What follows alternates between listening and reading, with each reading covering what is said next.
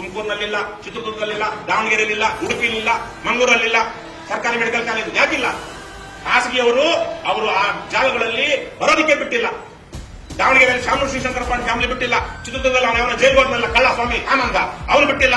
ಉಡುಪಿ, ಮಂಗಳೂರಲ್ಲಿ ಅಲ್ಲಿರುವಂತಹ ಒಂದು ಮಾಫಿಯಾ ಬಿಟ್ಟಿಲ್ಲ.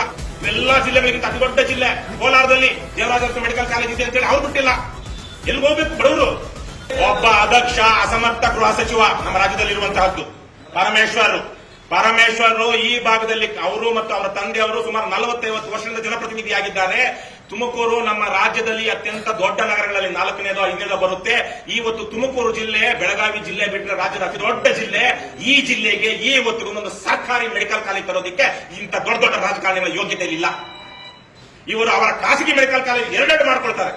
ಖಾಸಗಿ ಮೆಡಿಕಲ್ ಕಾಲೇಜ್ ರಕ್ಷಣೆಗೆ ಇಡೀ ರಾಜ್ಯದಲ್ಲಿ ಗದಗಲ್ಲಿದೆ, ಹಾವೇರಿಯಲ್ಲಿದೆ, ಕಾರವಾರದಲ್ಲಿದೆ, ಹಾಸನದಲ್ಲಿದೆ, ರಾಜ್ಯದ ಮೂಲೆ ಮೂಲೆಗಳಲ್ಲಿ ಸರ್ಕಾರಿ ಮೆಡಿಕಲ್ ಕಾಲೇಜ್ ಇದೆ. ಇವತ್ತು ಪಾವಗಡದಲ್ಲಿ ಯಾರಿಗಾದ್ರೂ ಒಂದು ಏನು ಚರ್ಮ ಸುಡ್ತು ಅಂದ್ರೆ, ಬೆಂಕಿ ಹಚ್ಕೊಂಡು ಅಂದ್ರೆ, ಕ್ಯಾನ್ಸರ್ ಬಂತು ಅಂದ್ರೆ, ಅದು ಇನ್ನೊಂದಾಯ್ತು ಅಂದ್ರೆ ಕಿದ್ವಾಯಿಗೋ ಜಯದೇವಗೋ ಬೆಂಗಳೂರಲ್ಲಿ 5 ಗಂಟೆಗಳ ಕಾಲ ಜರ್ನಿ ಮಾಡಿ ಹೋಗ್ಬೇಕು. ಆದ್ರೆ ತುಮಕೂರಿನಲ್ಲಿ ಒಂದು ಸರ್ಕಾರಿ ಮೆಡಿಕಲ್ ಕಾಲೇಜ್ ತರೋದಕ್ಕೆ ಇವತ್ತಿನ ಅಧ್ಯಕ್ಷ ಮತ್ತು ಅಸಮರ್ಥ ಗೃಹ ಸಚಿವರು ಏನು ರಾಜ್ಯದ ಉಪಮುಖ್ಯಮಂತ್ರಿನೂ ಆಗಿದ್ರು, ಅವ್ರಿಗಾಗಿಲ್ಲ. ಹಾಗಾಗಿ ಗೃಹ ಮಂತ್ರಿ ಅಥವಾ ಪರಮೇಶ್ವರ್ ಅವರ ಕೃಪಾ ಕಟಾಕ್ಷ ಅದಕ್ಕೆ ನಾನು ಹೇಳಿದ್ದು.